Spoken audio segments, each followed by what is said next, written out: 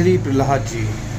जब भगवान बराह ने पृथ्वी को रसातल से लाते समय हिरण्याक्ष को मार दिया, तब उसका बड़ा भाई दैत्यराज हिरण्यकश्यप बहुत ही क्रोधित हुआ। उसने निश्चय किया, मैं अपने भाई का बदला लेकर रहूँगा।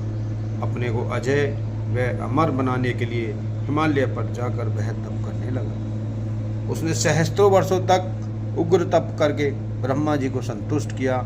ब्रह्मा जी ने उसे वरदान दिया कि तुम किसी अस्त्र शस्त्र से, ब्रह्मा जी द्वारा निर्मित किसी प्राणी से रात में, दिन में, जमीन पर, आकाश में कहीं मारे नहीं जाओगे।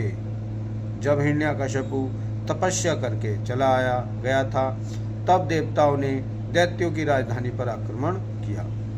कोई नायक न होने से दैत्य हारकर दिशाओं में भाग गए। देवताओं ने दैत्यों की राजधानी को लूट लिया। देवराज इंद्र ने हिरण्यकश्यपु की पत्नी कयाधु को बंदी कर लिया और स्वर्ग को ले चले। रास्ते में देव ऋषि नारद मिल गए। उन्होंने इंद्र को रोका कि तुम दैत्यराज की पतिव्रता पत्नी को मत ले जाओ। इंद्र ने बताया कि कयाधु गर्भवती है, उसके जब संतान हो जाएगी तब उसके पुत्र का वध करके उसे छोड़ दिया जाएगा। देव ऋषि ने कहा, इसके घर में भगवान का परम भक्त है, उससे देवताओं को भय नहीं है, उस भागवत को मारा नहीं जा सकता। इंद्र ने देव ऋषि की बात मान ली। वे कयाधु के घर में भगवान का भक्त है, यह सुनकर उसकी परिक्रमा करके अपने लोक को चले गए। जब कयाधु देवराज के बंधन से छोड़ दी गई, तब वह देव ऋषि के आश्रम में आकर रहने लगी।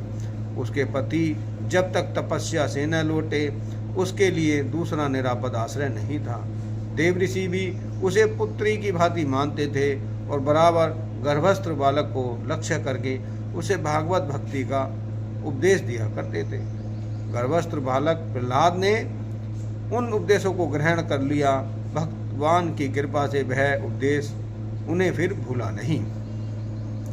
जब वरदान पाकर हिरण्यकश्यपु लौटा, तब उसने सभी देवताओं को जीत लिया। सभी लोकपालों को जीतकर वह उनके पद का स्वयं उपभोग करने लगा। उसे भगवान से घोर शत्रुता थी, अतः ऋषियों को वह कष्ट देने लगा।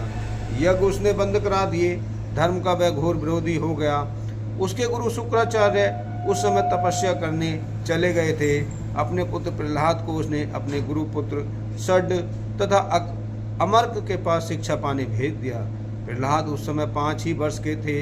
एक बार प्रहलाद घर आए, माता ने उन्हें वस्त्राभूषणों से सजाया।